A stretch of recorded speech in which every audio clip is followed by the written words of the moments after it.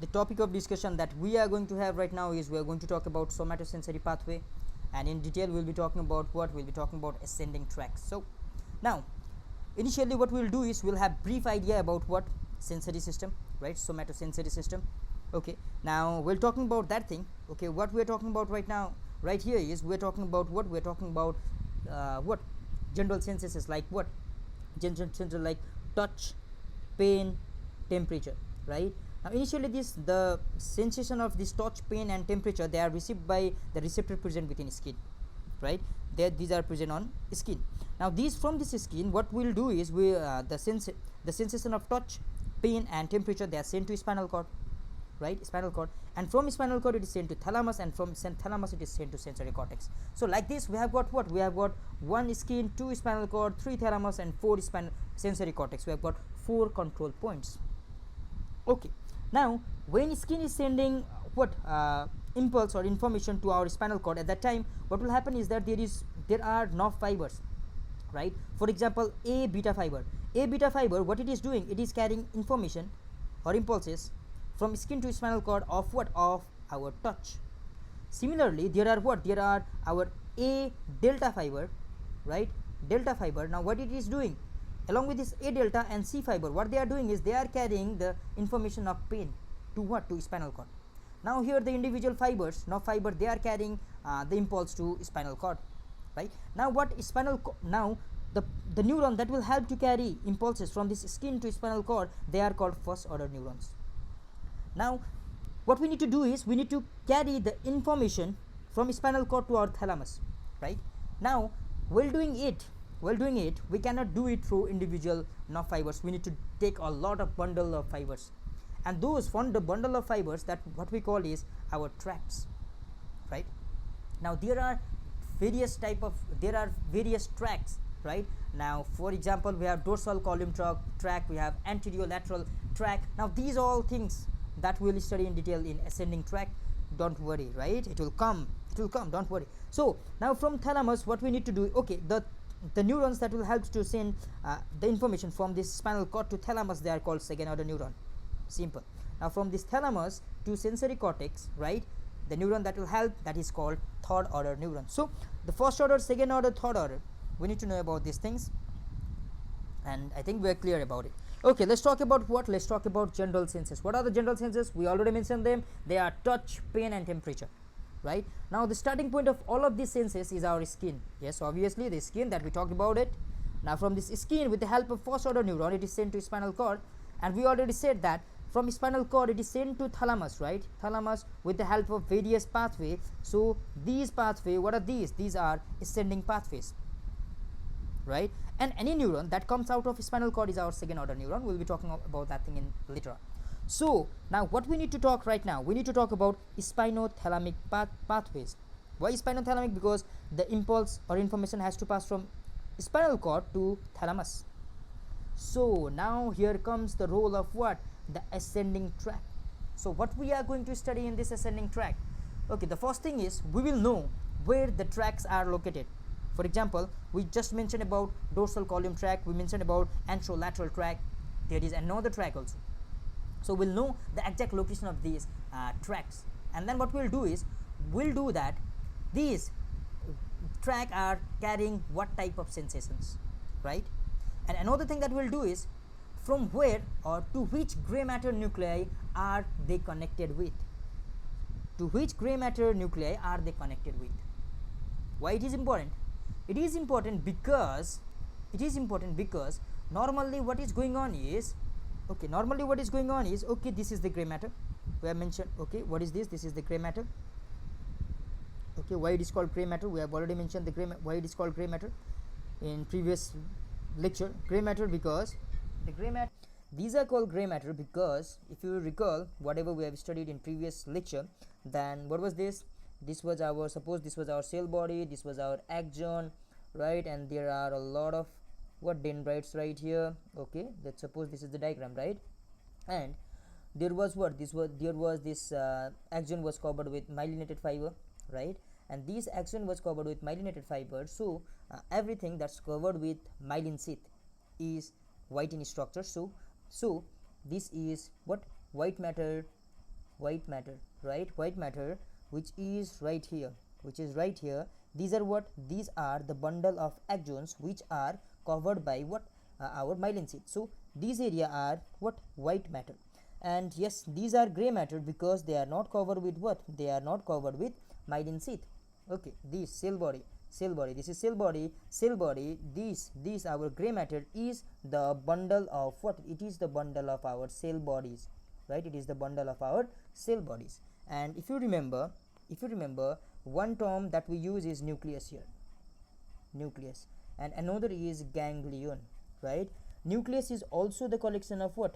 Cell bodies, right? It is also the collection of cell bodies, right? Or we can say that it is also what? It is the gray matter, right? It is the gray matter. And this ganglion, it is also the collection of cell body, it is also the collection of cell body, right? Collection of cell body. Now it the same thing, it is the same thing. That means both are what? Both are our gray matter, both are our gray matter. Now although the both are gray matter, why there are different two terms? There are two different terms because nucleus is, it is what? It is the gray matter which is found in CNS, central nervous system, brain and spinal cord is our what? Nucleus. And the gray matter which is found in what? PNS, peripheral nervous system, is our what? It is our ganglion. So okay, this gray matter. And in this gray matter, what we studied in this gray matter previously, we studied that how many horns are there? There are 3 horns, 1, 2 and 3, right? And in these horns, right, such as in this dorsal horn, this is dorsal horn, this is lateral horn, this is ventral horn. In this dorsal horn, we talked about several nucleus such as Substantia Gelatinosa, Nucleus Proprius, Nucleus Dorsalis. So these are the nucleus, right? These are the nucleus, and these are developed during the course of development. These are developed from LR plate. Yes. Now what is going on is this Substantia Gelatinosa, this will what? It will receive the sensation of pain and temperature. Similarly Proprius, right, Nucleus Proprius, it will receive what? It will receive the sensation of touch, pressure, vibration, consciousness, conscious proprioception, right? And Nucleus Dorsalis, it will receive the sensation of unconscious proprioception. Okay, now these will receive the sensation, that means from skin. Okay, the same thing right here, from skin, right? From skin, what is going on? The individual nerve fiber are carrying what? The impulses to spinal tract, and in this spinal tract, it will go to where? It will go to our this dorsal horn, right? It will go to dorsal. Okay, it will go to dorsal. It will go to dorsal horn, or we can say it will go to gray matter. In that gray matter, if it is the sensation of pain and temperature, then it will go to Substantia Gelatinosa, and similarly respective respective sensation will go to respective places. So this is the important thing that we need to know. Then after going to these dorsal horns, for example, we have sensation of what? Pain and temperature. What will happen is that from skin, it will be carried, the pain and temperature. The pain, it is carried by what? It is carried by our which nerve fiber? It will be carried by A delta nerve fiber and C fiber, right? C fiber. Now this will carry to what? It will carry to spinal cord, right? And now this it will carry to spinal cord, and in that spinal cord, which will receive, which region will receive it? It will be received by our this what? Gray matter of dorsal horn. And in that gray matter, the most specific thing is our Substantia Gelatinosa, right? It will be receiving that sensation. Now after being received, after it will receive that sensation, what it will do is it will send to what? It will send to white matter. Now in white matter, where it will send? It will send to these areas, right? These tracts, okay, such as dorsal column tract. Okay, as we are taking for example as pain and temperature, it was going to what? Substantia Gelatinosa, and after Substantia Gelatinosa, it will be sent to what? White matter. Such as now here, if you will see what you will see, the pain and temperature receptor region is right here, right? Now what is this? This is our lateral spinothalamic tract. Now from the Substantia Gelatinosa, right, it will be sent to what? It will send to here in the right here in this region, right? So that region is our what? That region is our lateral spinothalamic tract. So now in the ascending tracts, okay, now comes the role. Now in this ascending tract, what are the tracts that we will learn? And in ascending tract, the tract that we will learn is, we'll be learning about dorsal column tract, right? We'll be learning about what? Spinocerebellar Tract. We'll be learning about lateral and anterolateral spinothalamic tract. These are the tract. So as we have discussed earlier in this chapter, in ascending tract, what we will do? We'll initially look toward the tract, right? We'll look toward the tract. We have already correlated how this tract are related to what? The dorsal horn, right? We have correlated dorsal horn gray matter, right? We have already what? We have already correlated. Now let's focus on these things. Now ascending tract. Ascending tract is composed of dorsal column tract 1, spinocerebellar tract, again I'm repeating, anterolateral spinothalamic tract. That's all. Now initially let's look toward the location where they are present. Now let's suppose this is the midline of spinal cord.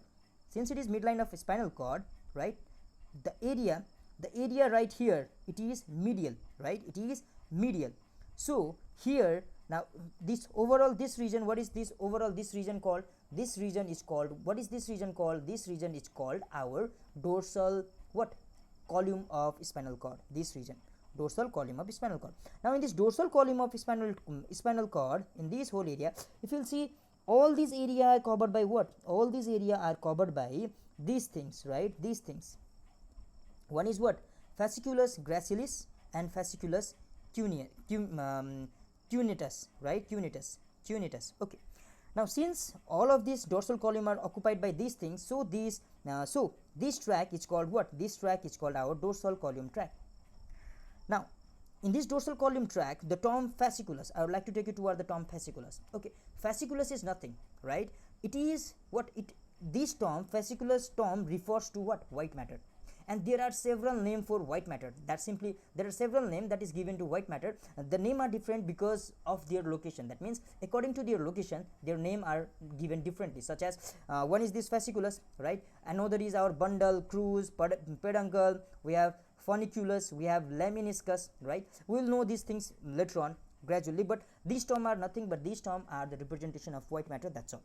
Okay, now moving further, as I was mentioning, right, the medial one is fasciculus gracilis, and this fasciculus gracilis, what it will do is it will receive conscious proprioception, fine touch, pressure, vibration, stereognosis, right? Stereognosis. What is this stereognosis? These are what it is. This is the ability to identify object without seeing it. That means if I am holding water bottle and my eyes are closed and I am able to say that it is water bottle, then that is what? That is stereognosis, right? Stereognosis. Okay, that's all.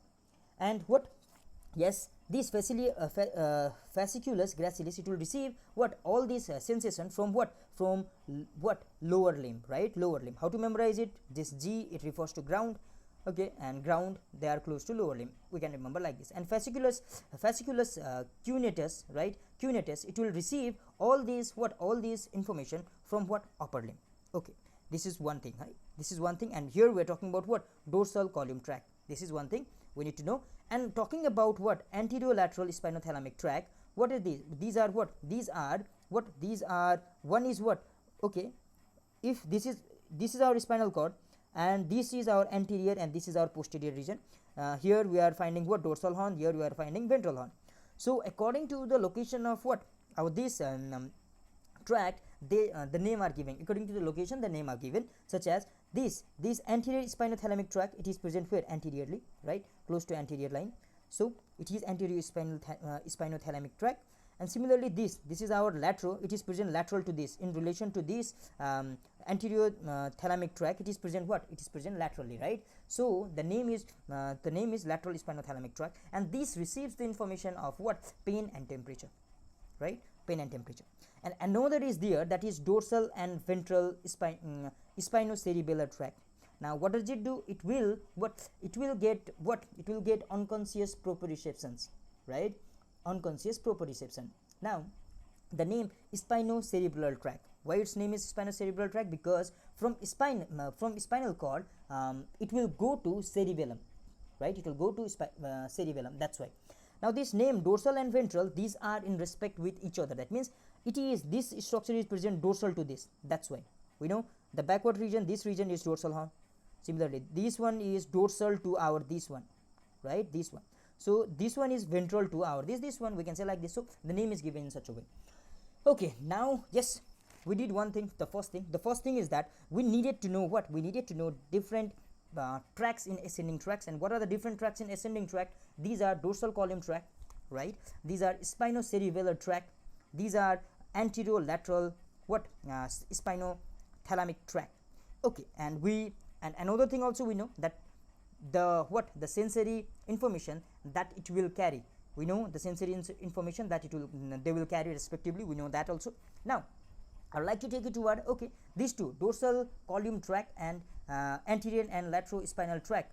Initially we will be discussing about these two things. Let's have a comparative study about these two things initially. Okay, now what are the things that we need to know? Okay, now I have taken you to this, I have taken you right here. Now here, okay, spinothalamic tract, these dorsal column tract or dorsal column pathway which we were talking right here, this also falls under thalamic tract, because what is going on from spinal cord, right? From spinal cord we are sending what sensory impulse to thalamus. That's all.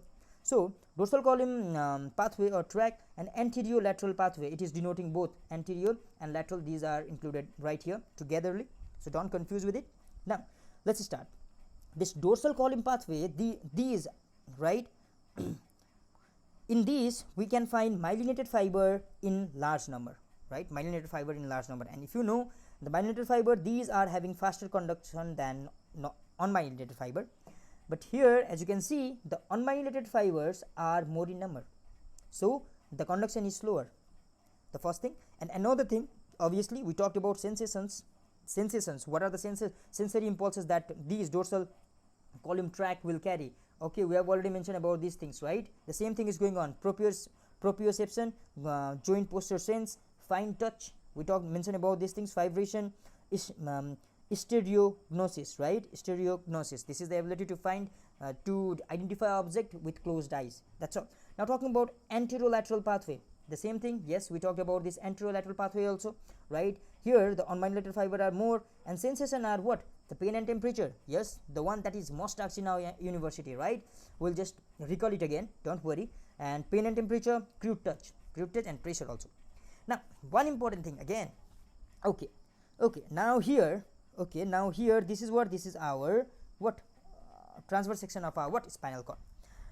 Now here we need to know one thing. The thing is, dorsal column pathway or dorsal column tract is ipsilateral in nature. Now what is this ipsilateral? The meaning of ipsilateral. Okay, don't worry. Ipsilateral means where? Ipsilateral means, okay, usually what will happen is that this dorsal column pathway, right? This dorsal column pathway, it will ascend up, right, at the same side of origin. That means the impulse it originated right here. What will happen is that at the site of origin, right, at the site of origin, it will, at that same side, it will just ascend upward. This is what ipsilateral means. Now if you look toward anterolateral pathway, what will happen is that it will not ascend from the point of origin, right? For example, this is the point of origin. Now from this point of origin, it will go to next side, right? Contralateral. That means it will go to this side, and then from this opposite side it will ascend upward. Okay, till now what we studied? Right now we studied that dorsal column pathway is ipsilateral and anterolateral pathway is contralateral. Okay, this much, right? Now yes, we were having discussion about dorsal column tract or dorsal column pathway, and then we were having discussion about what this anterolateral spinothalamic tract. Okay, now these things will be more clear if we will just study individually about this dorsal column tract or pathway. When we talk about anterolateral spinothalamic tract, it will be more clear, so no need to mug up right here. So right now I would like to just simply just go through whatever we have studied. Okay, there was skin, right? Skin, what was skin doing? It was receiving sensation of pain and temperature, for example, and then it will be taken to what? It will be taken to what? Gray matter, right? Gray matter of what? Spinal cord. And in that gray matter, which specifically we are talking about Substantia Gelatinosa, right? Okay, Substantia Gelatinosa. And from Substantia Gelatinosa, okay, what was the order? First order. Here from skin to spinal cord, first order. From this gray matter, it was sent to what? It was sent to white matter, right? White matter. And from that white matter, what will happen? It will be what? Carrying to thalamus, right? Thalamus. That means it will come out of spinal cord. That means as it is coming out of spinal cord, it is what? It is second order neuron. Okay, yes, we were in this thing. Okay, now individually we will be looking toward what? We will be looking toward our spinothalamic anterolateral pathway. What is this? This is anterolateral pathway. Yes, the one we discussed right here, right, the one right here. Now we will be looking in detail about this thing. Okay, now here, don't worry, this is easy one. Now here the first thing that I would like to take you here is, okay, now what is this? Our skin, right? Our skin is having, skin is receiving sensation for pain, temperature, crude touch, pressure, everything at once. Now these everything will be taken, right, with the help of the DRG. What is this DRG? Dorsal root ganglion. With the help of dorsal root ganglion, these information, these impulses are taken to spinal cord. That means, what is this order of neuron? This is first order neuron, right? Yes, it is first order neuron. Okay, now since it is first order neuron, it is carrying everything of skin to spinal cord. Now, okay, let's talk here specifically about what? Pain and temperature. Okay, this pain and temperature information will be, now here in spinal cord, it will be taken to what? Which horn? Dorsal horn. In dorsal horn, which in dorsal horn, which okay, in dorsal horn, obviously it is what? It is what? Gray matter. And in gray matter, which nucleus? This is Substantia Gelatinous, right? Gelatinosa. Substantia Gelatinosa. Substantia Gelatinosa is what? It is what? It is what? Common site for pain and temperature. It will receive both pain and temperature. Okay, now now from the Substantia Gelatinosa, what will happen is that since it is pain and temperature, it is what? It is pain and temperature, right? It is pain and temperature. It will be received by which part of white matter? Which part of white matter? Okay, let's look right here. Which part of white matter? It will be received by lateral Spinothalamic tract. Okay, that means lateral spinal thalamic tract. This lateral spinal thalamic tract, these are present here also, but these did not go here. Why this did not go here? Because here this anterolateral spinal thalamic tract is what? Contralateral. That means they will move to opposite side and then they will ascend up. So this is the concept. Okay, now from the Substantia Gelatinosa, what will happen is that they will bifurcate. Why they will bifurcate? Because one is what? One is for pain and one is for one is for pain, and temperature, and another is for crude touch and pressure, right? Crude touch and pressure. And we know that in now this crude touch and pressure, right? Crude touch and pressure, it will be received by what? It will be received by anterior spinothalamic tract. If you remember, it will be received by anterior spinothalamic tract, right here. Crude touch and pressure, it will be received by here. So the impulse of this crude touch and pressure will be coming right here, and the impulse for our what? The impulse for our pain and temperature, it will be coming right here. So we can see Substantia Gelatinosa, it was acting, it was receiving everything, pain and temperature and crude touch and pressure. That's all. Okay, now from here they will ascend upward, right? From here they will ascend upward. Now as they will ascend upward, right? As they will ascend upward, they are going to finally reach where? They are going to finally reach thalamus, right? Thalamus. Now here, now as they are coming outward, now they are coming what? Out of what? Out of our this spinal cord, right? Spinal cord. Now the point in which they decussate, right? The point in which they move to another side. Now these are the site of what? Second order neuron. Second order neuron, right? The second order neuron, we mentioned that second order neuron is the point in which what the neuron, they are what? Leaving spinal cord, right? Yes, that is also the point. And another point is that second order neuron is the point in which they decussate. This is also the same thing. They decussate right here. That means from here now second order neuron starts. That is from here they are leaving what? They are leaving spinal cord. Okay. Now here, now as they are leaving what? They are leaving spinal cord. What will happen? What will happen? This one, our this lateral spinothalamic tract, it will go, right? It will go all the way, it will ascend upward, and it will what? It will form, sorry, it will form what? Spinal lemniscus. Spinous lemniscus. Okay, now this lemniscus, I have said you already that lemniscus, right? Everything, the lemniscus, our this what are the other terms? Fasciculus, right? Bundle, cruise, peduncle, right? All these are what? These are just the name of what? White matter. These are just the name of what? These are just the name of our this white matter, the white matter which are present right here. just the name of white matter, since they are what, they are present right here. Now what is this place? Obviously, what is this place where they are ascending upward? This is what, this is our brain stem, right? Brain stem, that's all. Okay, as they are moving upward, they will form what, spinal lemniscus, just another name for what, another name for our white matter, that's all. Okay, now the lateral spinothalamic tract, the lemniscus it will form is spinal lemniscus, not lateral lemniscus. Don't confuse with that one, because that is the most mistake performed, because the lateral lemniscus, it is in auditory pathway, right? It is in auditory pathway, so it is not the lateral lemniscus, it is spinal lemniscus that it will form. Now here, now in this region, anterior spinothalamic tract, it will just ascend upward. As it will ascend upward, what will happen is that it will join with medial lemniscus. I'm saying join, right? I'm focusing on join. Why I'm saying join? Because after this, when we'll be talking about what, when we will be talking about dorsal column tract, at that time we will be more clear. Okay, now what, it will join with medial meniscus. Now what is the line that I'm showing right here? The line that I'm drawing right here, okay, the line that I'm drawing right here, it is the midline for what? It is the midline of brainstem and spinal cord both, right? Brainstem and spinal cord both. Okay, now as it will go, okay, now I would like to add one important information right here.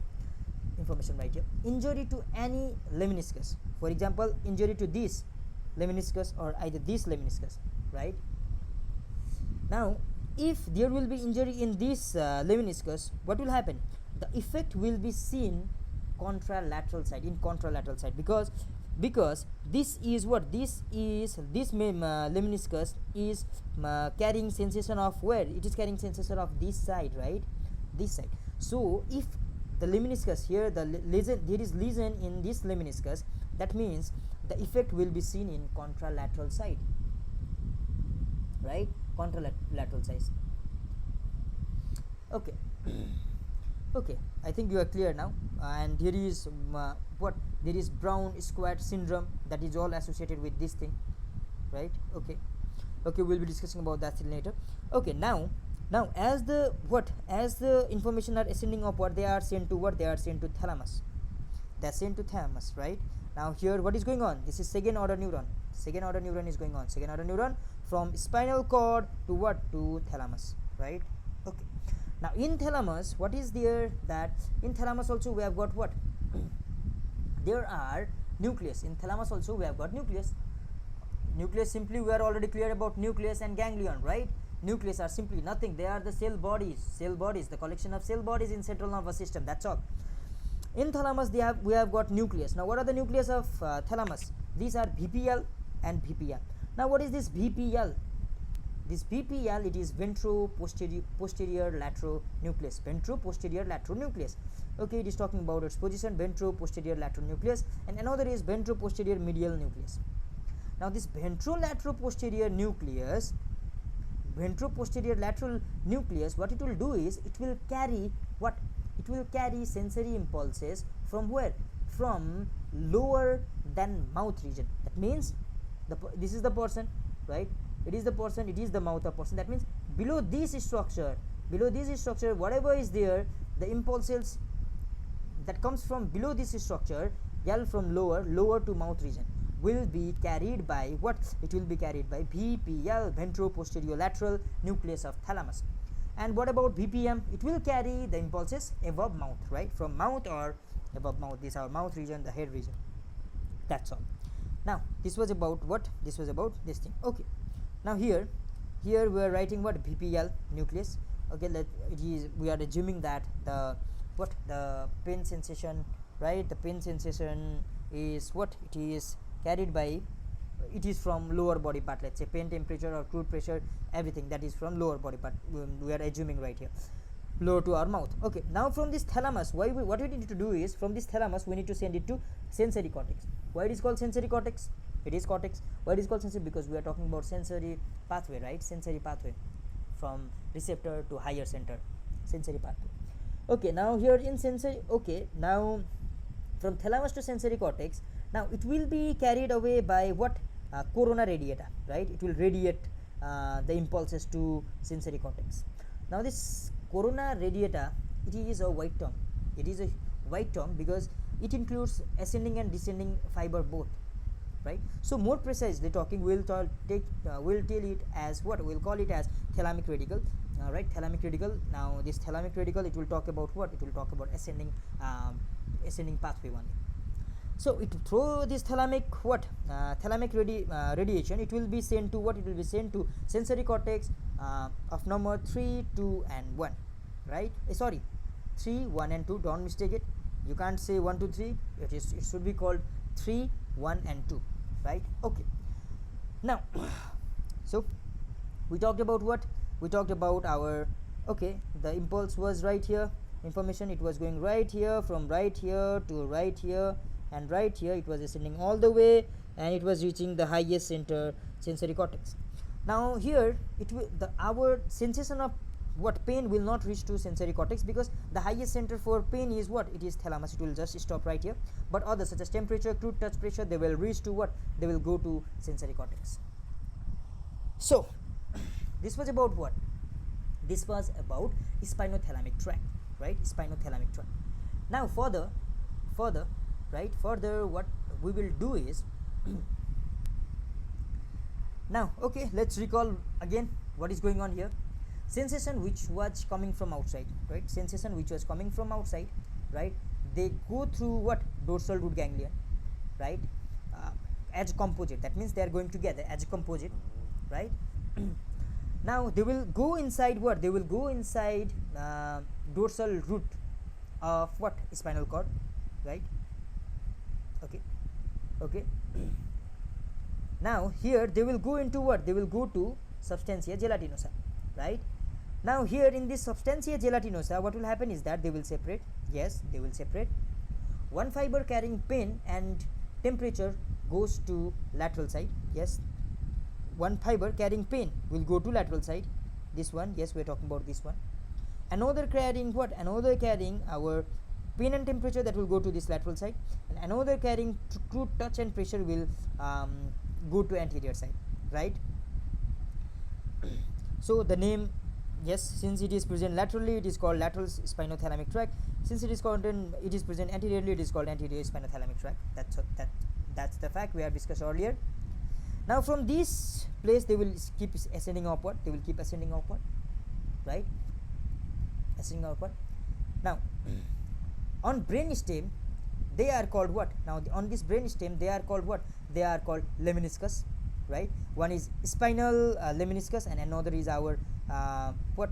It joins what? Medial lemniscus. Now from here they will go to thalamus. Yes, now from thalamus they will go to higher center, that is sensory cortex. So this was about what? This was about our what?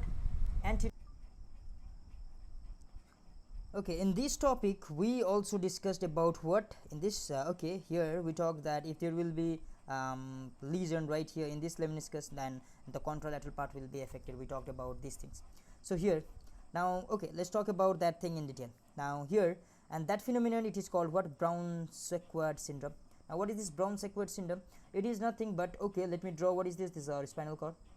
This is what? This is our transverse section of spinal cord, and we know that, right? We know that this okay, what is this? Dorsal column tract. It will just ascend upward in its one same side. And what about our anterolateral spinothalamic tract? It will just what? It will just move into the opposite side and then it will ascend up, right? Okay. Now this Brown-Séquard syndrome is the condition in which this right, this hemisection of cord is what? It is damaged. Now this hemisection, what is this hemisection of portion of this cord is damaged, then what will happen? Okay, let us suppose this part is damaged. If this part is damaged, then obviously the part that okay, the dorsal column tract which is present in this part, in this damaged part, will be damaged. Obviously, if this dorsal column tract is damaged, then obviously the sensory impulses that it will carry from its side will not be what? It will not be carried now, because since this pathway is damaged. Okay, that means Brown-Séquard syndrome is a condition in which there is hemisection of cord.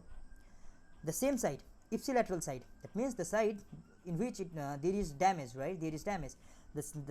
In that side, what will happen? There will be loss of dorsal column function. Yes, since dorsal column pathway is not occurring here. That means if the lesion is on left side, okay, if the lesion is on left side of spinal cord, let's say if lesion is right here, then what will happen? Left side loss of proprioception, left side loss of touch, left side loss of vibration, because these are all carried by what? These are all carried by our dorsal column tract, right? The dorsal column tract is lost right here, right? Dorsal column tract is lost right here. Now the opposite side, contralateral side, what will happen? Okay, let's see, let us suppose this is the lesion, here the lesion was right here. Now on the contralateral side, what will happen? There will be the loss of anterolateral pathway, right? Anterolateral pathway. Why? Because this anterolateral pathway, which was ascending from this side, it was coming from where? It was coming from this side, which is damaged now. If it is damaged now, then obviously this can't go like this. I hope you are clear now. It is simple thing. This is spinal cord, right? Our dorsal column tract, it goes like this. Our what? Our anterolateral spinothalamic tract, it will go like this. If this part will get damaged, then what will happen? This ipsilateral side dorsal column function, right? What? The vibration, right? What are the dorsal column function? The proprioception, fine touch, vibration, they will not be functioning of that side. And of another side, this side, of another side, there will be what? There will be loss of what? Anterolateral functions, because here it is damaged. So this is what? This is about Brown-Séquard syndrome, right? Okay, now we are done with what? We are done with our anterolateral spinothalamic tract. Now we'll be moving toward what? Dorsal column tract. Now talking about what? Dorsal column tract. Now we're talking about what? We're talking about this region, dorsal column tract, right here, right? And if you remember, dorsal column tract, they ascend to the same side of origin. Okay, same side of origin. Okay, that means now we are going to talk about dorsal column tract, the one that is present right here, dorsal column tract, right here, dorsal column tract. We discuss about these things. Okay, dorsal column tract. Okay, now talking about dorsal column tract, okay, this is what we got, no need to worry. Now here, initially what is going on? The impulses are coming from lower limb and from upper limb. Now these will be carried by dorsal root ganglion, right? Since their dorsal root ganglia are carrying it from skin to what? Spinal cord. So what is the order of neuron? First order neuron, that's all. Now these dorsal root ganglion, what they will do is, the impulse from lower limb, they will take directly to what? They will take directly to their center. Now what is this center? This is, what is this? Fasciculus gracilis, right? Fasciculus gracilis. And from this upper limb, they will take directly to fasciculus cuneatus. Okay, now from this, since it is first order, still it is first order, right? Since it is first order, it is not what? It is not dissociating still, right? It is not dissociating still, that means it is inerts one side now. So what is going on is, now this from what? Fasciculus gracilis, they will still continue as a first order, right? Because they have not dissociated it. After dissociation only we will call that a second degree neuron. Okay, now here, now this is also ascending upward as first order neuron. Now what will happen is that as it will ascend upward, right,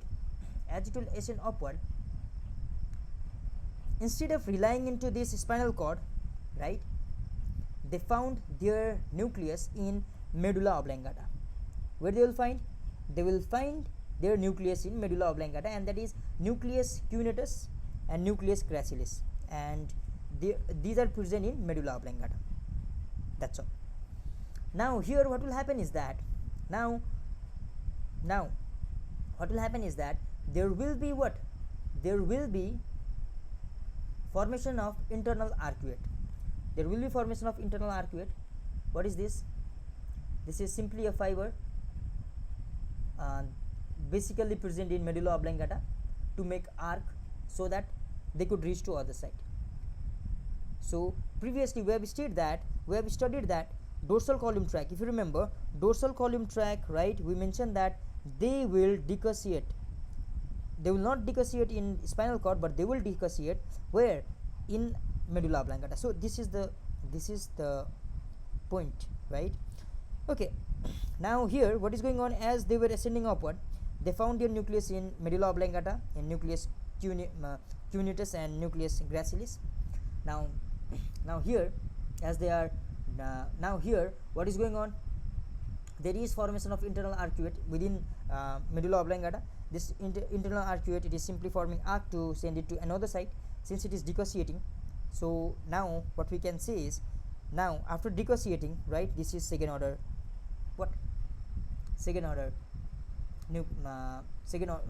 neuron, right? Okay, now as they are dissociating into another side, what will happen is that they will form medial lemniscus.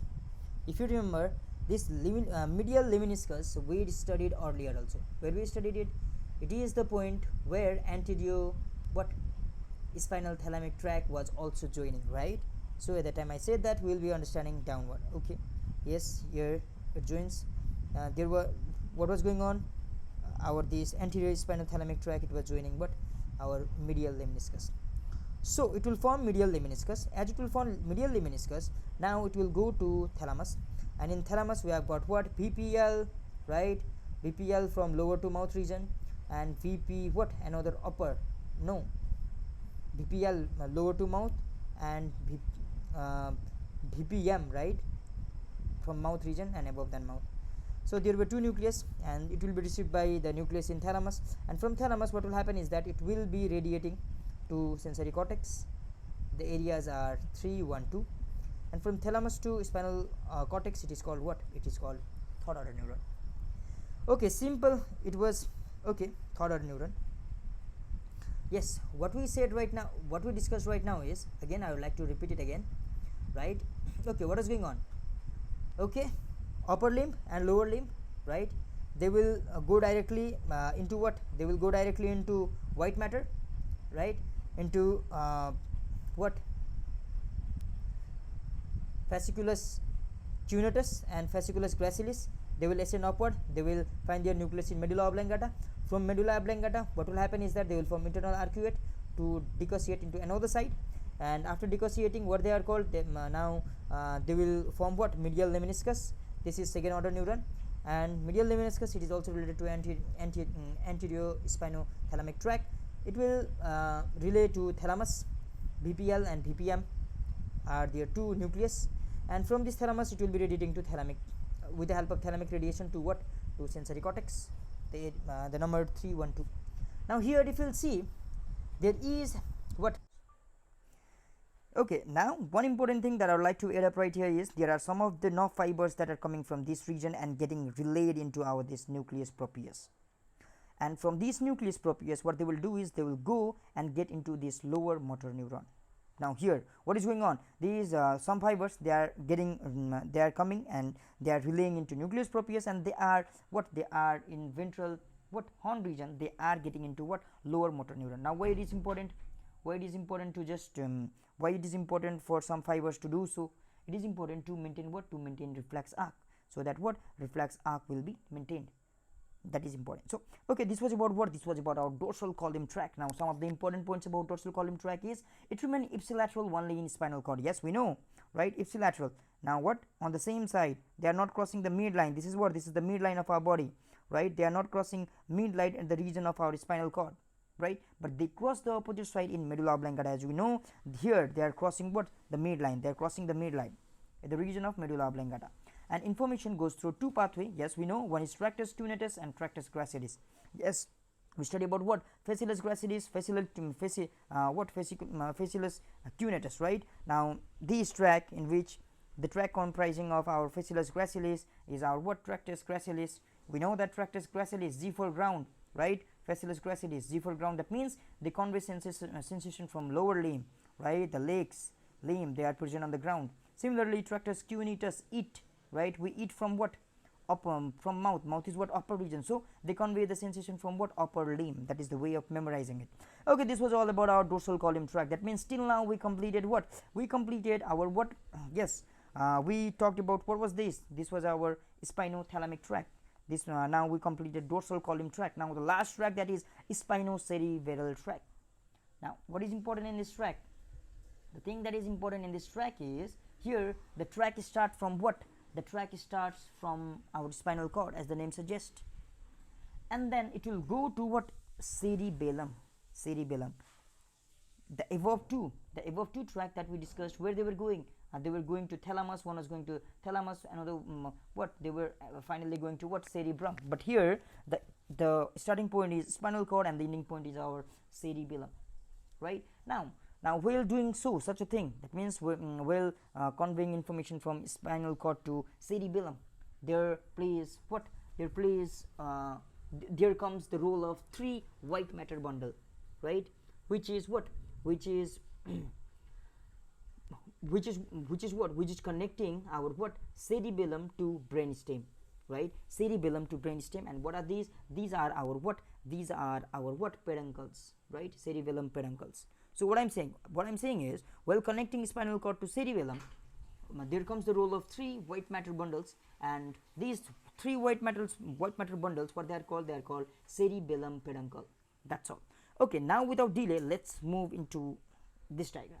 Okay, now similarly, okay, initially, what is this? This is our what? What is this that I'm drawing right now? What is this that I'm marking right now? This is what? This is our cerebellum, right? Cerebellum. Now this cerebellum, what it is comprising of? It is comprising of what? Our superior cerebellar peduncle, middle cerebellar peduncle, and inferior cerebellar peduncle. Yes, the same 3 white matters bundle that we discussed earlier, that we discussed just right now. Okay, these 3 cerebellar peduncle, what I'm saying, these help this cerebellum to connect with what? To connect with our brainstem. That means, okay, these are helping this cerebellum to connect with brainstem. Now what are the component of brainstem? We know that, right? It is our midbrain, right? Our midbrain, our what? Pons, and our medulla oblongata. That means, okay, now 3 part of brainstem and 3 cerebral peduncle. That's clear. That means each has their one role. Okay, superior cerebral peduncle, it has direct connection to our midbrain. Similarly, middle cerebral peduncle, it has direct connection to our pons. Similarly, what? Inferior cerebral peduncle, it has what? Connection with medulla oblongata. Yes, we are clear about these things. Now let's get into what? What is Spinocerebral Tract doing? Okay, if we recall our what? The previous discussion that we did earlierly about what? About our this gray matter nuclei and spinal cord. Yes, here. Okay. Okay, not right here. Okay, it is mentioned somewhere right here. Okay, in this diagram, right, at the initiation of our lecture. Okay, here Spinocerebral Tract, we said that these are what? These are carrying unconscious proprioception, right? These are carrying unconscious proprioception. Now in detail we are going to study about this thing. We already talked about what? We already talked about dorsal column tract. We already talked about what? We already talked about spinothalamic tract. Now the last thing is spinocerebellar tract. Yes, it is receiving what? Unconscious proprioceptions from what? Upper limb and lower limb. So now, okay, with this information, let's proceed further. Okay, now here, okay, now here what is going on is that unconscious proprioception from what? Unconscious proprioceptions from our what? Let's say from our lower limb initially, right? From our lower limb. Now what will happen is that this dorsal root ganglion, what they will do is they will receive unconscious proprioception from our lower limb. Okay, for example, for right now, what they will do is they will carry it to what? They will carry it to our gray matter, and they will carry it to what? Our nucleus. Now what is the name of this nucleus? It is Nucleus Dorsalis, right? They will carry it to Nucleus Dorsalis. Now after being carried to Nucleus Dorsalis, what will happen is that there are 2 pathways. One is what? This pathway, and another is this pathway.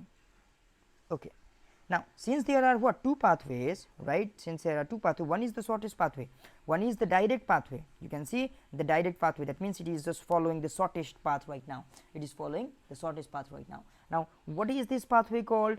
What is this pathway called? This is called Dorsal Spinocerebellar Tract.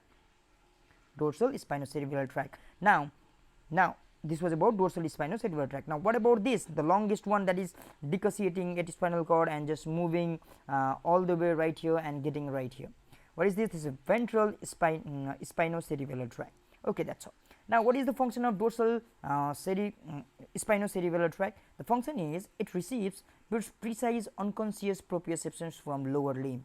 I am saying specifically what? Lower limb. That means it is concerned about lower limb only. What? Our dorsal spinocerebellar tract is concerned about lower limb only. Now, what about our this ventral spinocerebellar tract? It is responsible for generalized information of both upper and lower limb.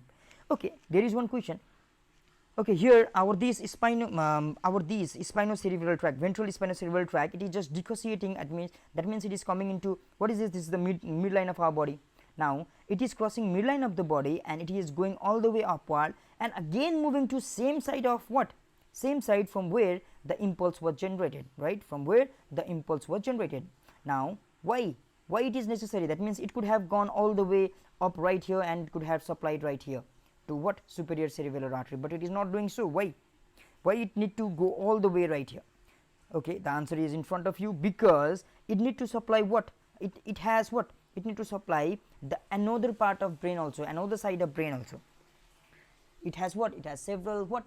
It has several collateral that will supply the other side of cerebral peduncle, right? Okay, why? Okay, one important fact, we know that our cerebrum, right? Cerebrum, it is what? It is contralateral in nature, right? Contralateral. That means everything that every information or that every impulses that are received by right part, right? These are what? These are relayed from our what? Left part, right? Left part. But in the case of cerebellum, what is going on here is the cerebellum, it is not what? Contralateral in nature. It is what? It is ipsilateral in nature. That means it is responsible for what? It is responsible for right movement or right left movement.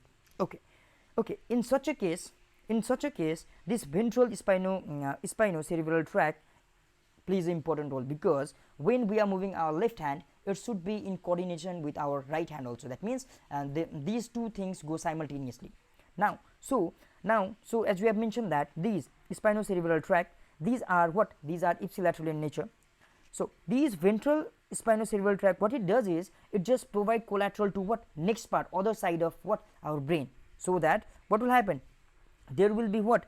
Comparative function of cerebellum. That means right and left leg, they will move simultaneously. They will have coordination with each other because of what? This ventral spinocerebellar tract. That is the important.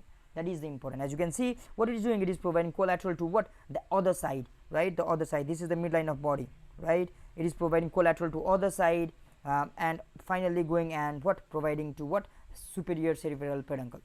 Okay, this is important about what? Our ventral spinocerebellar tract. Okay, now yes, we were into what? Yes, what is this? This is our what? Dorsal spinocerebellar tract. Now, till now what we are talking? We are talking about what? Precise unconscious proprioception from lower limb and another generalized information of both upper and lower limb, so that there can be comparative function of cerebellum, so that we can move our both legs and hands simultaneously, coordinating with each other. Now, what about from upper limb? That means what is responsible? That means what is going to carry the information from upper limb, the unconscious proprioceptions from upper limb. So there comes the role of what? There comes the role of our another thing. Now, what is this another thing? Okay, this is our this region. Okay, now here dorsal root ganglion, it is what? This dorsal root ganglion is carrying unconscious proprioception coming from what? Coming from our upper limb, right? From upper limb. Okay, upper limb. Now these impulses, right? These impulses, what they will do is they will not get into what? Gray matter. What is this? This is our gray matter. It will not get into gray matter. It will directly get into what? White matter. That means it will get into what? Fasciculus cuneatus. Now it will get into fasciculus cuneatus and it will go, it ascend upward. It will ascend upward all the way where? All the way to accessory cuneatus nucleus. Accessory cuneatus nucleus. Now what? Since it is not dissociating, it is what? It is first order neuron still. Now as it will what? It will rely into accessory cuneatus nucleus. What it will do is it will finally get into what? It will get into inferior cerebral peduncle. That means these dorsal spinocerebellar tract, it was responsible from precise unconscious proprioception from lower limb. Similarly, now there is now another thing that we discussed right now. What is this? this is another pathway that is responsible to carry unconscious proprioceptions from upper limb. Now what is this called? Since there is the involvement of accessory cuneatus nucleus, it is called Neocerebellar Tract. What it is called? It is called Neocerebellar Tract. As you can see in your screen, it is called Neocerebellar Tract. What it is doing, it is carrying precise unconscious proprioception from upper limb. That's all. Now here we talked about what? We talked about generalized information from upper and lower limb. We talked about unconscious proprioception from lower limb also, and we talked about what? Unconscious proprioception from upper limb also. And this was about what? This was about our Spinocerebral Tract. Now moving further, what we have is, okay, there is one important thing that we need to discuss right now. Okay, here we are talking about what? We are talking about fasciculus cuneatus. Now here we are saying that this fasciculus cuneatus, it is what?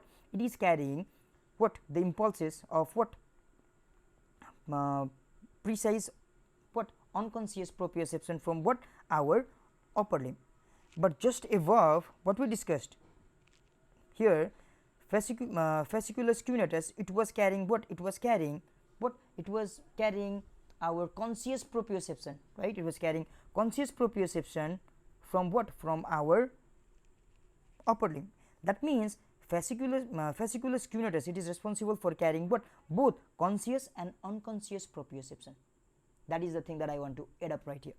And here you will see, this is what? This is our Fasciculus Gracilis, and here this Fasciculus Gracilis, it is responsible for what? It is responsible for carrying conscious proprioception what? In our this dorsal column tract, right? From where? From our what? From our lower limb. That means, okay, right now what I would like to mention right here is this Fasciculus Gracilis, right, that we discussed in our dorsal column tract. It was responsible for carrying what? Proprioception, conscious proprioception from what? Lower limb. But the Fasciculus cuneatus that we discussed in what? Dorsal column tract, and the Fasciculus cuneatus that we discussed in dorsal column tract, it was responsible for carrying conscious proprioception from where? From our upper limb. But the Fasciculus cuneatus that we discussed in our Spinocerebral Tract, that was responsible for carrying unconscious proprioception, right? Proprioception from our what? From our what? Upper limb. Okay, that means if we will have what? If we will have injury, right? If we will have injury in this Fasciculus Gracilis, then what will happen? There will be ipsilateral loss of conscious proprioception, right? Ipsilateral loss of conscious proprioceptions only. But if we will have lesion, or if we will have what? Injury in this Fasciculus cuneatus, then what will happen is that there will be what? There will be what? There will be effect in both conscious and unconscious proprioception, right? So the Fasciculus cuneatus, if there will be what? Loss, if there will be injury in this Fasciculus cuneatus, then there will be ipsilateral loss of conscious proprioception, and also there will be unconscious proprioception from what? From upper limb.